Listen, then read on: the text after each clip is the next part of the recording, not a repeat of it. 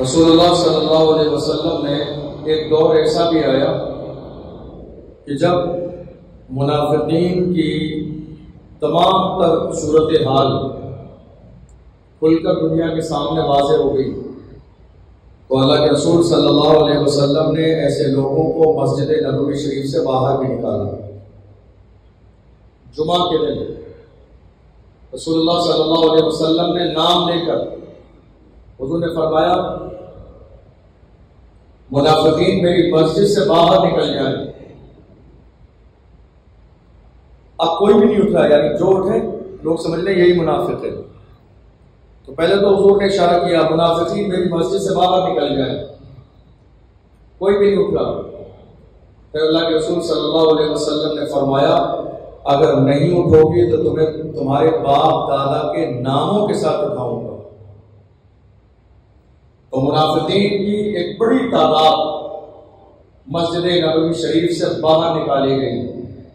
آپ جانتے ہیں منافق کسے کہتے ہیں؟ منافق جانتے ہیں کسے کہتے ہیں؟ آج کل تو بھرمار کوئنٹل کے حساب سے ہے کہ نہیں؟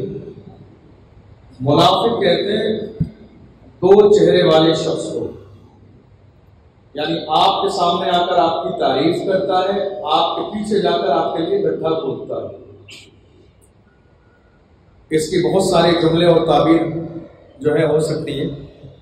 آستین کا سانپ ہے کہ نہیں؟ ہاں، تو منافقین کہتے ہیں دو چہرے والے شخص کو، یعنی آپ کے سامنے آپ کی ہاں میں ہاں ملاتا ہے، آپ کی تعریف کرتا ہے، آپ کے کام کو اچھا کہتا ہے، لیکن جیسے ہی اسے موقع ملتا ہے ویسے ہی وہ آپ کے لیے گڈھا کھود دیتا ہے۔ دو چہرے والے لوگ اس کو منافق کہتے ہیں۔ رسول اللہ صلی اللہ علیہ وسلم کے زمانے میں ان لوگوں کا حال یہ تھا کہ حضور کی بارگاہ میں آتے تھے تو ظاہری طور پہ کلمہ بھی پڑھتے تھے، نمازیں بھی پڑھتے تھے، اور کہتے تھے ہم تو آپ ہی ماننے والے ہیں، اور یہاں سے جو راز و نیاز کی باتیں ہوتی تھیں جب وہ وہاں سے سن کے جاتے تھے تو دشمنان اسلام میں بیان کر دیتے تھے، سمجھ لیں؟ تو ایسے لوگوں کو مسجد سے باہر نکالا۔ اب جب ان لوگوں کو باہر نکال دیا تو انہوں نے ایک مسجد بنائی۔ کیا کیا؟ مسجد بنائی، جس کو سورہ توبہ کے اندر مسجد زرار کہا گیا۔ اب جب مسجد بن گئی اب آئے حضور کے پاس، کہا کہ ہم نے ایک مسجد بنائی ہے۔ اس زمانے میں مسجد قباء موجود تھی۔ مسجد قباء کو جانتے ہیں آپ لوگ؟ کون سی ہے مسجد قباء؟ ہاں، مدینہ شریف میں مسجد قباء وہ مسجد ہے جب رسول اللہ صلی اللہ علیہ وسلم نے ہجرت فرمائی تو اللہ کے رسول صلی اللہ علیہ وسلم نے اسی قباء کے مقام پر قیام فرمایا، اور اسی جگہ پر رسول اللہ صلی اللہ علیہ وسلم نے مسجد قباء بنائی۔ یہ وہی مقام ہے کہ جب ہجرت کر کے میرے آقا صلی اللہ علیہ وسلم اور ابو بکر صدیق پہنچے تھے تو 3 دن چونکہ غار میں میرے نبی کے ساتھ رہے تھے ابو بکر صدیق، تو حضور کے ساتھ رہنے کی وجہ سے اللہ نے وہ ان کے جسم پر، چہرے پر نورانیت دے دی تھی کہ جو لوگ نہیں جانتے تھے کہ ان دونوں میں سے، پہلی بار ہجرت کر کے جا رہے ہیں، جو لوگ نہیں جانتے تھے کہ ان دونوں میں سے اللہ کے رسول کون سے، تو وہ حضرت ابو بکر صدیق کو اللہ کے رسول سمجھنے لگے۔ دیکھو اچھوں کا انداز یہ ہوتا ہے۔ ابو بکر صدیق نے کپڑا لیا، حضور صلی اللہ علیہ وسلم بیٹھے ہوئے تھے، ابو بکر صدیق کپڑا لے کے کھڑے ہو گئے، سایہ کرنے لگے، کہا دیکھو میں غلام ہوں، آقا وہی تو تشریف فرما ہے، مجھے آپ آقا نہ سمجھیں، میرے لیے میری زندگی کی معراج یہ ہے کہ میں ان کا غلام ہوں، یہ کیا کم ہے کہ مجھے محمد رسول اللہ کی غلامی ملی ہوئی ہے۔ تو یہی مقام ہے رسول اللہ صلی اللہ علیہ وسلم نے جہاں مسجد قباء بنائی تھی۔ آپ جانتے ہیں جب ہجرت فرمائی مسلمانوں نے تو مکہ شریف میں جب رہتے تھے تو کعبہ شریف کا طواف کرتے تھے، صفا مروا کی سعی کر لیتے تھے، تو ایک عمرے کا ثواب ملتا تھا۔ جب ہجرت ہو گئی مسلمان غم زدہ ہوئے، اللہ کے رسول صلی اللہ علیہ وسلم نے مسلمانوں کو دیکھا، فرمایا تمہارے چہروں پہ اداسی کیسی ہے؟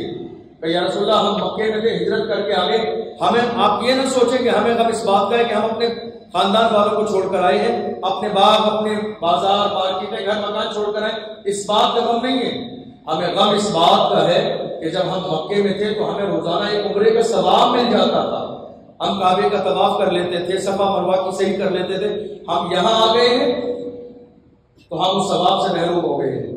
اب دیکھو انہوں نے یہ جو بات کہی ہے وہ کسی اور کی بارگاہ میں نہیں، اللہ کے محبوب کی بارگاہ میں کہی ہے، جنہیں اللہ نے مالک و مختار بنایا ہے۔ اللہ کے رسول صلی اللہ علیہ وسلم نے فرمایا پریشان نہ ہو، رنجیدہ نہ ہو، میری جو یہ مسجد ہے، مسجد قباء جو میں نے بنائی ہے، جو بندہ مومن خلوص نیت کے ساتھ میری اس مسجد قباء میں 2 رکعت نماز پڑھ لے گا، اللہ اسے ایک عمرے کا ثواب عطا فرمائے گا۔ سمجھ رہے ہیں آپ؟ اسی لیے آج جب ہم لوگ مدینہ شریف جاتے ہیں تو مسجد نبوی شریف سے 2.5 کلومیٹر کے فاصلے پہ ہے مسجد قباء، لیکن اس میں شرط یہ ہے کہ عمرے کا ثواب آپ کو تبھی ملے گا کہ وہاں پر آپ شاپنگ کے لیے سے نہیں جائیے کہ سامان لینا ہے بس مسجد ہے تو نماز پڑھنی نہیں، پورے خلوص نیت کے ساتھ تیار ہو کر اسی نیت سے جائیے کہ میں وہاں پر نماز پڑھنے جا رہا ہوں، عمرے کا ثواب حاصل کرنے کے لیے جا رہا ہوں، بیچ میں کوئی اور چیز کا خلل نہیں ہونا چاہیے۔ تو مسجد قباء میرے آقا صلی اللہ علیہ وسلم نے بیان جو ہے بنائی، اور جنہیں نکال دیا انہوں نے بھی ایک مسجد بنائی۔ اب حضور کے پاس آئے اور انہوں نے آنے کے بعد کہا کہ یا رسول اللہ ہم نے ایک مسجد بنائی ہے چھوٹی سی، چھوٹی مسجد والے لوگ، چھوٹی سی مسجد بنائی ہے ہم نے، کیا کرنا ہے؟ کب ہم یہ چاہ رہے تھے کہ بزرگ لوگ ہیں اور جو ہے مسجد تک آنا ان کے لیے ممکن نہیں ہوتا، پریشان ہو جاتے ہیں، عمر دراز لوگ ہیں، تو ہم نے ان کے وہیں قریب میں مسجد بنا دی تاکہ وہ نماز وہیں پڑھ لیا کریں گے۔ یہ بہانہ بھی ہر زمانے میں رہا ہے، سمجھ رہے؟ فجر کی نماز کتنے بجے ہوتی ہے؟ یعنی اذان کے بعد مشکل سے 5-7 منٹ کا ٹائم ہوتا ہے، اور وہ اتنی جلدی نماز اسی لیے ہوتی ہے تاکہ جو لوگ سحری کھا کے تیار ہیں تو نیند کا غلبہ نہ ہو، کسی کو حاجت نہ ہو، کوئی پریشانی نہ ہو، کوئی بھی ثواب سے محروم نہ ہو۔ لیکن اس کے باوجود حال یہ ہے کہ آدھے لوگ فجر کی نماز میں گھر سو جاتے ہیں، سحری کھا کے فجر کی نماز نہیں پڑھتے۔ اس سے زیادہ بری بات آپ کی زندگی میں کوئی ہو ہی نہیں سکتی۔ پوری رات جاگ رہے ہیں آپ، ہے یا نہیں؟ پوری رات ہمارے شہر میں لوگ طواف کرتے رہتے ہیں، یہاں سے وہاں، وہاں سے وہاں، ہوٹل، چائے، پانی، ناشتے، کھانے، دنیا بھر کی چیزیں، منع نہیں ہے، ٹھیک ہے آپ چاہیے آرام سے، اللہ نے حلال کیا آپ کے لیے، لیکن ایسا کھانا جس کے ذریعے ایسا گھومنا کرنا، ایسی دوستی، ایسی گپ شپ کہ جس کے ذریعے نماز چھوٹ جائے، پھر یہ جائز ہی نہیں۔ پوری رات جاگنے کے بعد آپ رات کے 3 بجے سحری کھا کے بستر پہ سو جائیں، پھر بیکار ہے آپ کا رات بھر جاگنا۔ سمجھ رہے ہیں آپ؟ لوگوں کے پاس یہ عذر آ کے نہیں صاحب ہم دور رہتے ہیں، مسجد دور ہے تو آئیں گے کیسے، تو دقت ہو جائے گی، یہ سب عذر والی باتیں ہیں اور بیکار سی باتیں، یہ اچھی باتیں نہیں، یہ بہانے والی باتیں۔ ٹھیک ہے ہم بہانہ آپ کو قبول کر لیں گے، لیکن اللہ کے یہ بہانے نہیں چلیں گے، ہے کہ نہیں؟ اللہ کے ان بہانوں کی کوئی گنجائش نہیں۔ صاحب مسجد سے دور رہتے ہیں، آ نہیں پاتے، ارے خدا کے بندو شکر ادا کرو، اللہ نے تمہیں گاڑیاں بھی تو دی ہیں، بازار گھومنے کے لیے، شاپنگ کے لیے گاڑی سے جا سکتے ہو، دور ہے تو مسجد گاڑی سے نہیں آ سکتے نماز پڑھنے، یہ کون سا عذر ہے نماز چھوڑنے کے لیے؟ تو وہاں انہوں نے ایک چھوٹی سی مسجد بنائی اور حضور کے پاس آئے، کہا ہمیں چھوٹی سی مسجد بنائی ہے بزرگوں کے لیے، جو لوگ نہیں آ پاتے مسجد میں، تو آپ جو ہے اس کی اوپننگ میں چلیے، آپ چل کے پہلے نماز پڑھا دیجیے تاکہ پھر جو ہے وہ، حالانکہ انہوں نے وہ مسجد خیر کے لیے نہیں بنائی، نماز کے لیے نہیں بنائی، بلکہ مسلمانوں میں تفرقہ ڈالنے کے لیے، 2 گروہ بنانے کے لیے کہ کچھ وہاں چلے جائیں، کچھ یہاں لگ جائیں، مسلمان ایک جگہ جمع نہ رہے۔ مسلمانوں کو توڑنے کا کام ہر زمانے میں منافقین نے کیا ہے اور آج بھی کر رہے ہیں۔ ہمارے اپنے ہی لوگ ہیں، ہمارے ہی ساتھ رہتے ہیں، کھاتے ہیں، پیتے ہیں، رشتہ دار ہیں، دوست ہیں، احباب ہیں، لیکن افسوس کہ پھر بھی ان کے 2 چہرے ہیں، پھر بھی قوم کو توڑنے کا کام کرتے ہیں، ہمیشہ اپنے بارے میں سوچتے ہیں، اپنی ذات سے اٹھ کر قوم کے بارے میں نہیں سوچتے، ملت کے بارے میں نہیں سوچتے، فیوچر کے بارے میں نہیں سوچتے، آنے والی نسل کے بارے میں نہیں سوچتے، اپنی ذات کے لیے، اپنی مونچھ کے لیے، اپنی انا کے لیے۔ سمجھ رہے ہیں آپ کیا کیا انہوں نے؟ بانٹنا شروع کیا کہ صاحب کچھ لوگ وہاں چلے جائیں، کچھ لوگ، تو یہ منافقین کا کام لوگوں کو بانٹنے کا، توڑنے کا ہر زمانے میں رہا، یہ کوئی آج نئی بات نہیں ہے، سمجھ رہے آپ کے سامنے آئیں گے تو قوم کا درد ظاہر کریں گے. صاحب ہمارے سینے میں قوم کا بہت درد ہے. میں ایسے لوگوں کو کہتا ہوں کسی اچھے ہاسپٹل میں جا کے ECG کراؤ, کیا پتا نہیں بیماری کا درد نہ ہو تمہارے سینے میں. یہ قوم کا درد نہیں ہے. قوم کا درد ہوتا نا تو قوم کے حالات بہت اچھے ہوتے. آج قوم کے حالات اتنے بدتر ہو گئے ہیں. تراویح کی نماز ہو رہی ہے اور ہمارے لوگ باضابطہ کانوں میں لیڈ لگا کے گانے سن رہے ہیں. یہ حال ہے آج قوم کا. فجر کی نماز ہو رہی ہے, ہمارے نوجوان پٹیوں پر بیٹھ کر عیاشیاں کر رہی ہے. حال ہے ہماری قوم کا. مغرب کی نماز ہو رہی ہے, افطاری کا وقت ہے, ہماری بیٹیاں بے پردہ ہو کر کپڑے والوں کی دکان پر شاپنگ کرنے کے لیے جا رہی ہیں. انہیں کوئی وقت نہیں ملتا شاپنگ کرنے کے لیے. یہ کون ہے؟ یہ اس گھر کی بیٹیاں ہیں جن کے گھر میں والد صاحب حاجی صاحب ہیں, ان کے شوہر بڑے نامور ہیں اور ان کا بیٹا بڑا حیادار ہے, غیرت والا ہے. جوان بہو, جوان بیٹی, جوان ماں بازار جا رہی ہے, تب ان کی غیرت کے جنازے نہیں نکلتے. ویسے بڑی بڑی باتیں کرتے ہیں غیرت والی. یہ حال آج ہماری قوم کا ہو گیا. سمجھ رہے نا؟ تو اسی کی پوری تفصیل اللہ نے سورہ توبہ کے اندر بیان فرمائی. فرمایا والذین اتخذوا مسجدا ضرارا وکفرا وتفریقا بین المؤمنین. میرے محبوب وہ لوگ جنہوں نے مسجد ضرار بنائی, ٹھیک ہے, یہ ضرار کا مطلب ہی ہے نقصان دینے والی مسجد بنائی, اور اس کی بنیاد ہی کفر پر رکھی گئی ہے. اس کی بنیاد ایمانداری پر نہیں ہے, لوگوں کو جوڑنا نہیں ہے, لوگوں کا خیال نہیں ہے, کسی سے محبت کرنا نہیں ہے, بزرگوں کی ہمدردی نہیں ہے, بلکہ اس کی بنیاد ہی کفر پر رکھی گئی ہے. وَتَفْرِقًا بَيْنَ الْمُؤْمِنِينَ, اور مسلمانوں کے درمیان تفرقہ ڈالنے کے لیے اس کی بنیاد رکھی گئی ہے.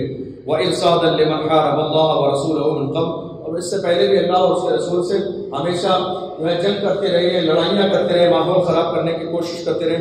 وَلَيَحْلِفُنَّ إِنْ أَرَدْنَا إِلَّا الْحُسْنَى, میرے محبوب وہ لوگ آپ کی بارگاہ میں آ کے قسم کھائیں گے. اللہ نے پہلے ہی بتا دیا وہ کہ آنے سے پہلے وَلَا يَعْلِفُنَّ إِنْ أَرَدْنَا إِلَّا الْحُسْنَى, میرے محبوب آپ کی بارگاہ میں آ کے قسم کھائیں گے کہ ہماری اچھی نیت ہے. إِنْ أَرَدْنَا إِلَّا الْحُسْنَى, ہم نے نیت نہیں کی ہے سوائے اس کے کہ اس میں لوگوں کی بھلائی ہے. قسم کھائیں گے.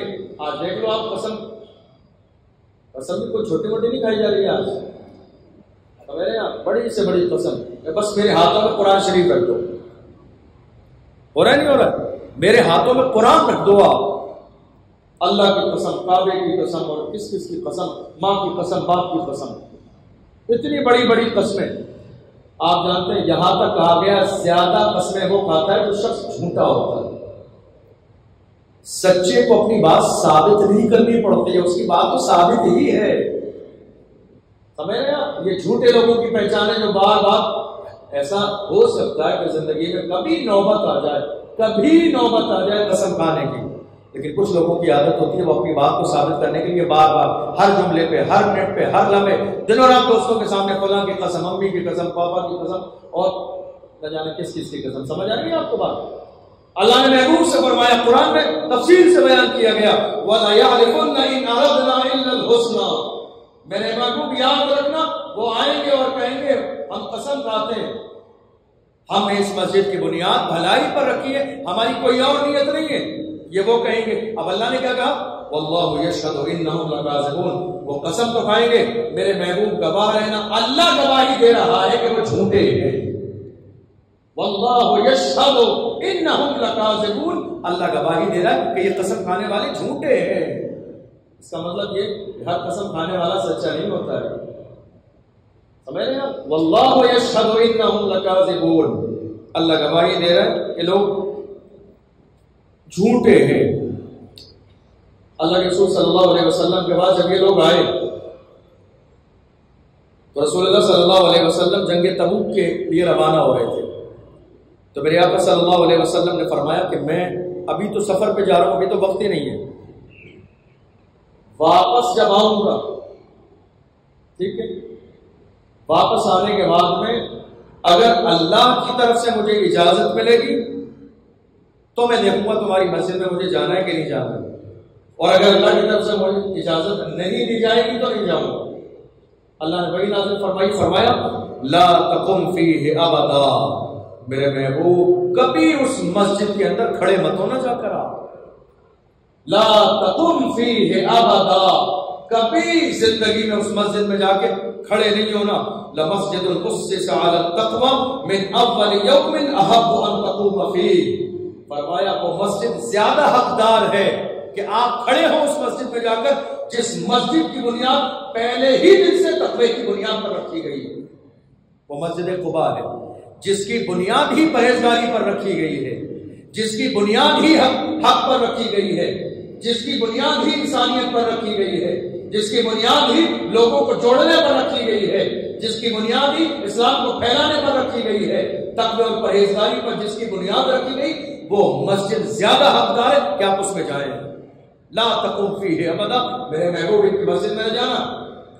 فیہ رجال, اب اس مسجد کی تفصیل مسجد قباء کی اللہ فرما رہا فیہ رجال یحبون ان یتطہروا. اس مسجد میں ایسے لوگ ہیں جو بہت پاکیزگی کو پسند کرتے ہیں. واللہ یحب المطہرین, اور اللہ بھی پاکیزگی کو اور پاکیزہ لوگوں کو پسند کرتا ہے. افمن اسس بنیانہ علی التقوی من اللہ ورضوان خیر ام من اسس بنیانہ علی شفا جرف ہار فانہار به فی نار جہنم.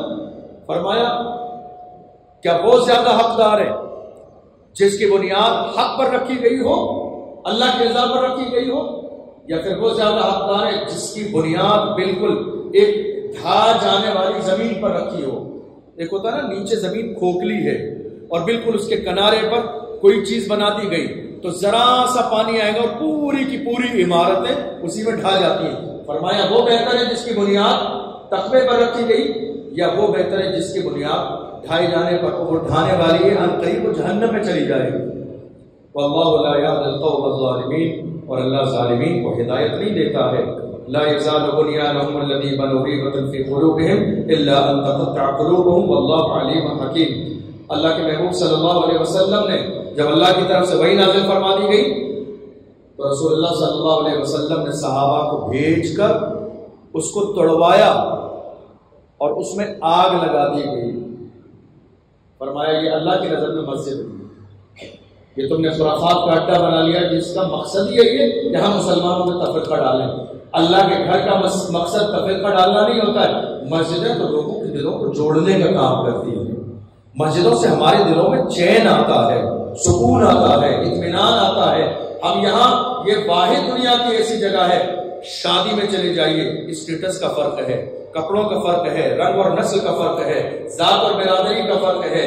کہیں بھی چلے جائیے آپ, کسی بھی دنیا میں, کسی شہر میں, کسی پارٹی میں, کسی شادی میں, کہیں بھی چلے جائیے, یہ واحد جگہ ایسی ہے جہاں ایک ہی صف میں کھڑے ہو گئے محمود و ایاز, نہ کوئی بندہ رہا اور نہ کوئی بندہ رہا, کوئی فرق نہیں ہے. یہاں یہ واحد اللہ کا گھر ہے, اس کی بنیاد ہی تقوی اور پرہیزگاری پر رکھی گئی ہے.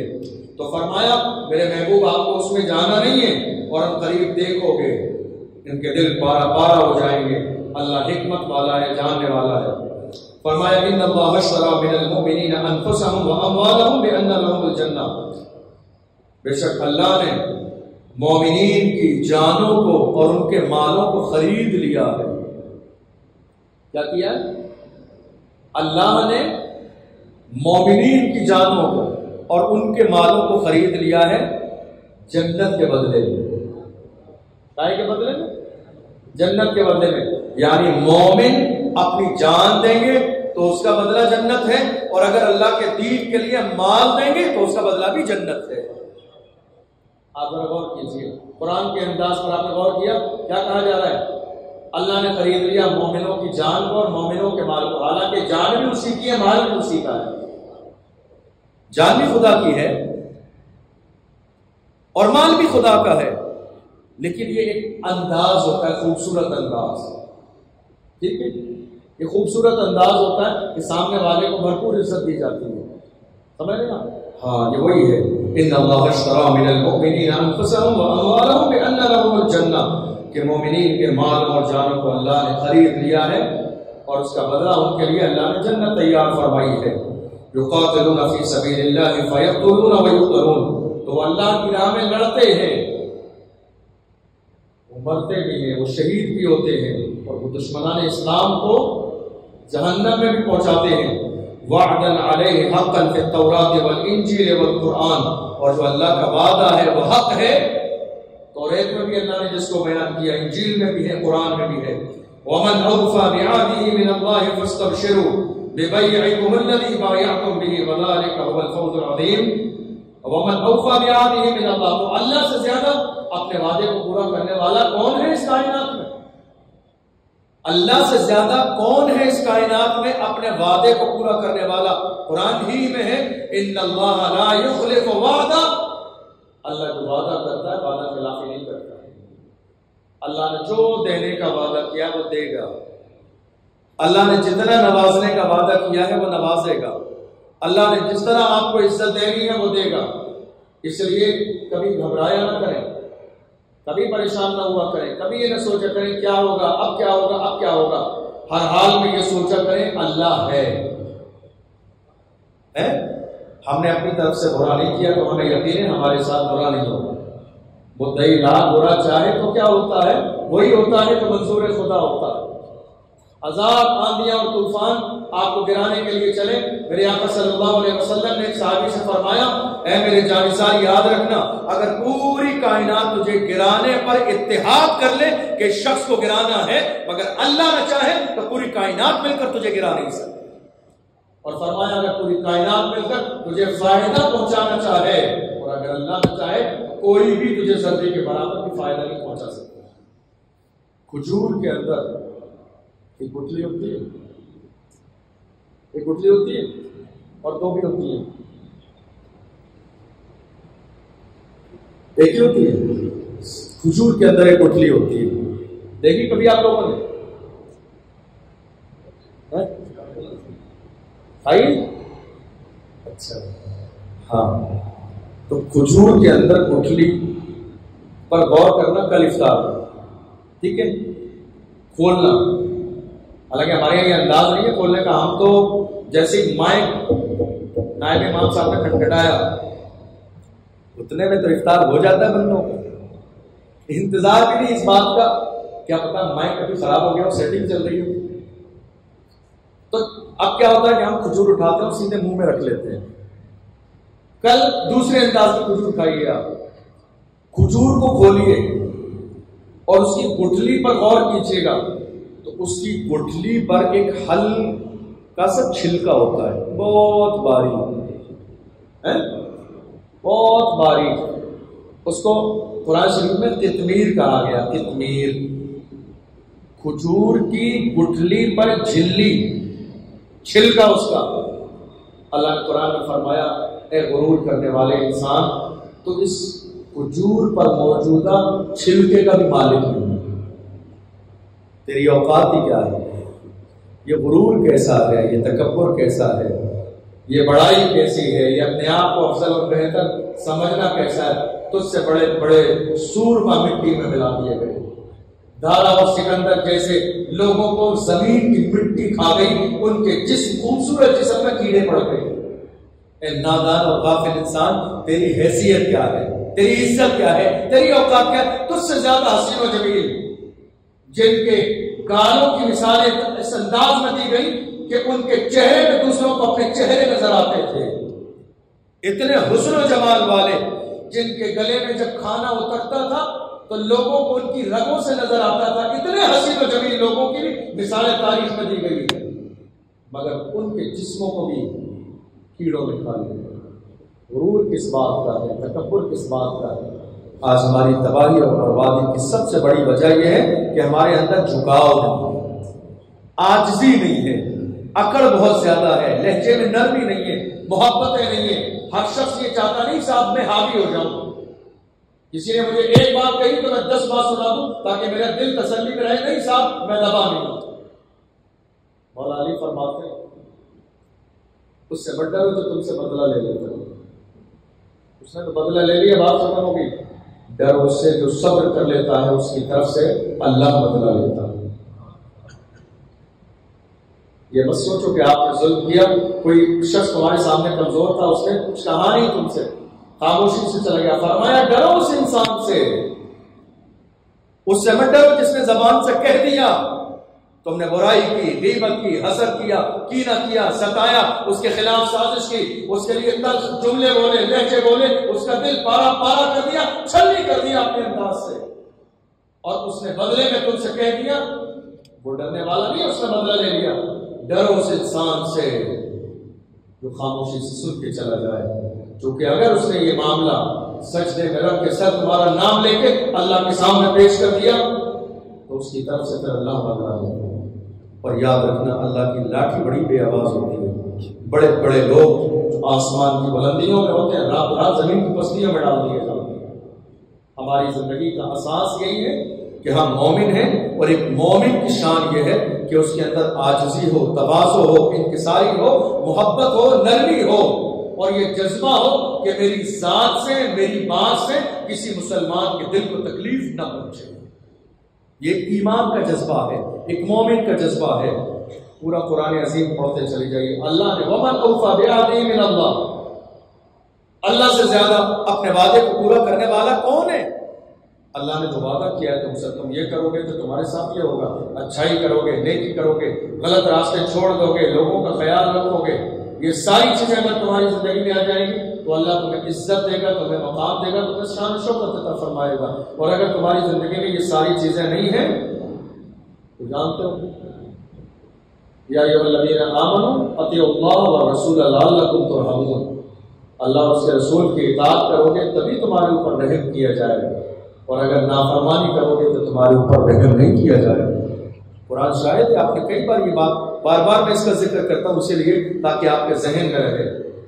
نافرمانی کرنے سے پہلے یہ خیال آنا چاہیے، آپ کو خیال آنا چاہیے یہ نافرمانی ہے، اگر میں نے کر دی تو اللہ کی طرف سے رحم نہیں کیا جائے گا، رحم نہیں کیا جائے گا۔ اور ایسا نہیں ہے، اللہ کے اوپر کوئی فرق نہیں ہے، وہ مالک ہے، وہ قادر ہے، سمجھے، وہ جو چاہے وہ کر سکتا ہے، اس کی خدائی میں کسی کا ساتھا نہیں ہے، اس کو کسی سے رائے مشورہ نہیں لینا ہے، وہ مالک ہے، وہ قادر ہے، وہ قہار ہے، وہ جبار ہے، وہ سمیع ہے، وہ بصیر ہے، وہ لطیف ہے، وہ خبیر ہے، وہ ودود ہے، وہ شہید ہے، اسے کوئی کسی سے رائے مشورہ لینا نہیں ہے۔ اس لیے قرآن میں بارہا فرمایا گیا، ڈرو اس وقت سے پہلے کہ تمہاری پکڑ کر دی جائے، ڈرو اس وقت سے پہلے کہ تمہاری آزمائش کر لی جائے۔ وَمَنْ أَوْفَىٰ بِعَهْدِهِ مِنَ اللَّهِ، اللہ سے زیادہ اپنے وعدے کو پورا کرنے والا کون ہے؟ آپ نے غور کیا، اللہ نے مومنوں کی جانوں اور مالوں کو خرید لیا، بدلہ کیا ہے؟ جنت۔ رمضان کا مہینہ ہے، اب یہ جو مال ہے نا جس کو اللہ نے لے لیا اور بدلے میں جنت دے گا، اب یہ بینک بیلنس ذرا سا ہلکا کر دیجئے، اس کو نکال لیجئے، تھوڑے سے پیسے حوالہ کر لیجئے، اور تھوڑا سا رات کے اندھیرے میں غریبوں کے دروازے پر راشن پہنچا دیجئے۔ آپ کو شاید یہ اندازہ نہ ہو، ہمارے اسی شہر میں ایسے لوگ بھی ہیں کہ جن کے پاس افطار کرنے کے لیے کھجوریں بھی نہیں ہیں، سحری کا انتظام بھی نہیں ہے، اور اس کام میں کوئی دکھاوا نہیں کیجیے، اللہ کے لیے، صرف اللہ کے لیے۔ کچھ کام تو زندگی میں ایسے کریے جس کا تعلق صرف آپ کے رب سے ہو اور آپ کی ذات سے ہو، کوئی تیسرا بندہ نہ جانے۔ میرے نبی نے فرمایا ایسے دو، ایک ہاتھ سے دو تو دوسرے کو پتہ نہ چلے۔ یہ ایک مثال دی گئی ہے، ایک تشبیہ دی گئی ہے، مطلب اتنی خاموشی کے ساتھ دیجیے کہ اس میں ذرے کے برابر کہیں سے کہیں تک دکھانے کا شائبہ نہ ہو۔ ہمارے بینک بیلنس موجود رہیں، پیسے رہیں، ہمارے پاس بہت ساری چیزیں رہیں، اور ہمارے سماج میں، ہمارے شہر میں، ہمارے علاقے میں ایسے لوگ موجود رہیں جن کے یہاں سحری اور افطار کا انتظام نہ ہو۔ آپ یقین جانیں ہمیں اور آپ سب کو قیامت کے دن جواب دینا پڑے گا۔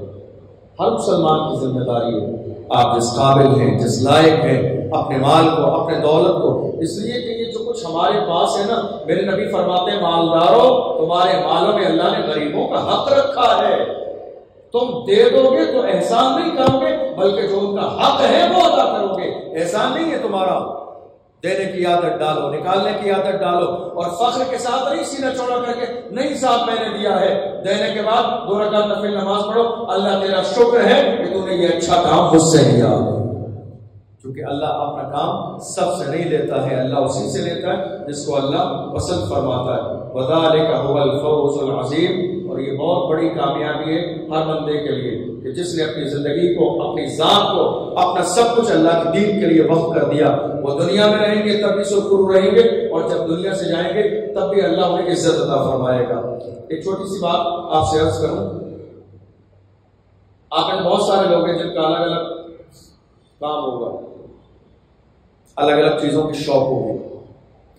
رمضان کے اس مبارک مہینے میں آپ نے دیکھا ہوگا بہت ساری چھوٹی چھوٹی چیزیں، بہت بڑی چیزیں تو نہیں، چھوٹی چھوٹی چیزیں جب ہماری شوق سے لوگ لے جاتے ہیں اپنی مرضی اور اپنے پسند سے، اور جب وہ گھر جاتے ہیں اور گھر پر وہ چیزیں ناپاس کر دی جاتی ہیں تو وہ ہمارے یہاں واپس کرنے کے لیے لاتے ہیں، یعنی صاحب گھر والوں نے یہ چیز پسند نہیں کی ہے، لیکن ہم نے کیا کیا ہے، ہم نے پہلے ہی اپنی دکانوں پر بورڈ لگائے ہوئے ہیں بیچا ہوا مال واپس نہیں ہوگا۔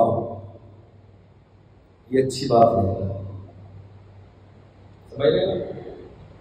اسلامی تجارت سیکھیے، تجارت قرآن میں تجارت بھی ہے، تجارت کے رولز بھی ہیں، تجارت کے اصول بھی ہیں قرآن میں۔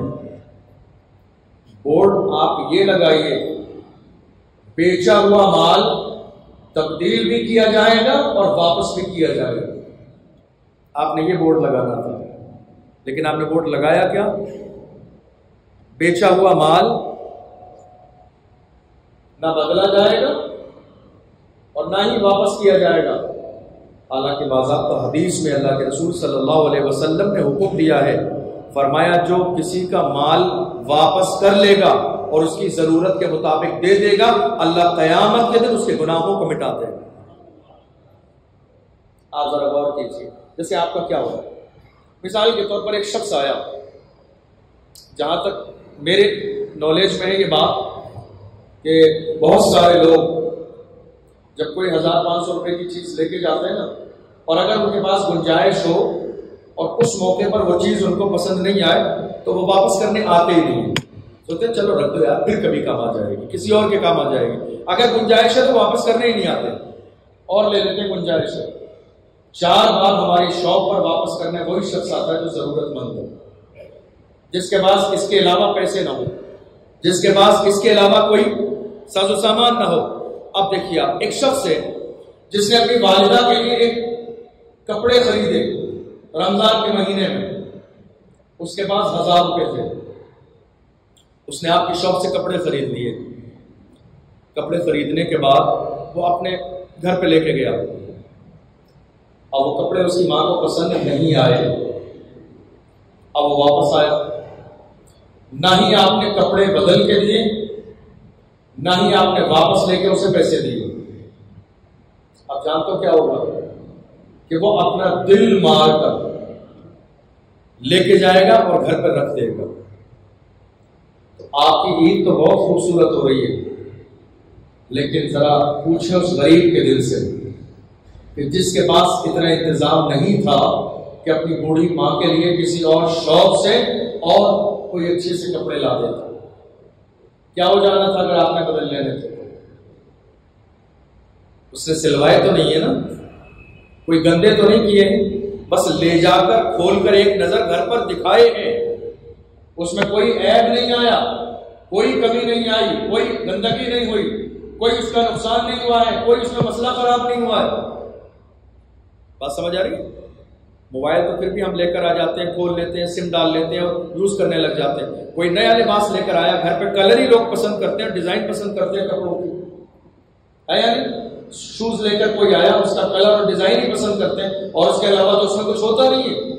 گھر والوں نے ایک نظر دیکھ کے کہا پاس نہیں ہے، یہ دوسرے چاہیے۔ اگر ہم نے اس میں سے بدل لیے تو ہمارا کچھ نقصان ہوا کچھ نقصان نہیں ہوا، لیکن یہ ہمارے دل کی تنگی ہے، یہ ہماری چھوٹی سوچ کا نتیجہ ہے۔ ہماری قوم نے تجارت تو کی، لیکن اسلام میں تجارت کے جو رولز مقرر کیے گئے ہیں وہ رولز نہیں پڑے ہوئے۔ کاش کہ میری قوم کے لوگ تجارت کرنے سے پہلے تجارت کے اصول پڑھ لیتے، تجارت کے رولز پڑھ لیتے، تو ہماری ذات سے لوگوں کے دل نہ ٹوٹتا۔ آپ نے اس شخص کو واپس کر دیا دکان سے جس کے پاس 1 روپیہ بھی نہیں تھا۔ آپ نے جانتے ہو کیا کیا ہے؟ رمضان کے مہینے میں روزے کی حالت میں اس غریب کا دل توڑا ہے۔ کیا کیا ہے؟ اس کا دل توڑا ہے۔ میرے نبی سے پوچھا گیا یا رسول اللہ دنیا میں سب سے برا کام کون سا ہے؟ فرمایا کسی کے دل کو توڑ دے۔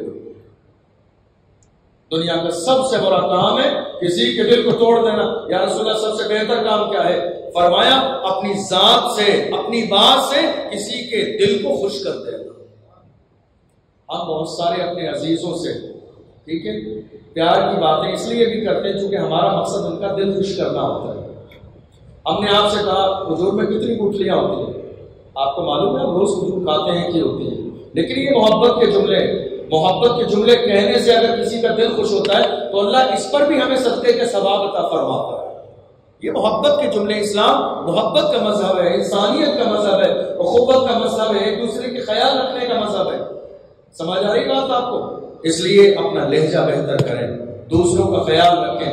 آپ کے اور ہمارے بہت سارے ایسے رشتے ہوتے ہیں، میرے ساتھ آپ کو شاید حیرت ہو 5 سال 8 سال سے لے کر کے 50 اور 100 سال تک کے لوگ جڑے ہوئے ہیں، سمجھ رہے ہیں آپ؟ 10 سال کے لوگ بھی میرے پاس آتے ہیں، 12 سال کے بھی آتے ہیں، 15 سال کے لوگ بھی بیٹھتے ہیں، 20 22 25 30 35 50، اور میں سب کی عمر کا لحاظ کرتے ہوئے ان کے حساب سے بات کرتا ہوں، کیونکہ آپ کی زندگی کی خوبصورتی یہی ہے۔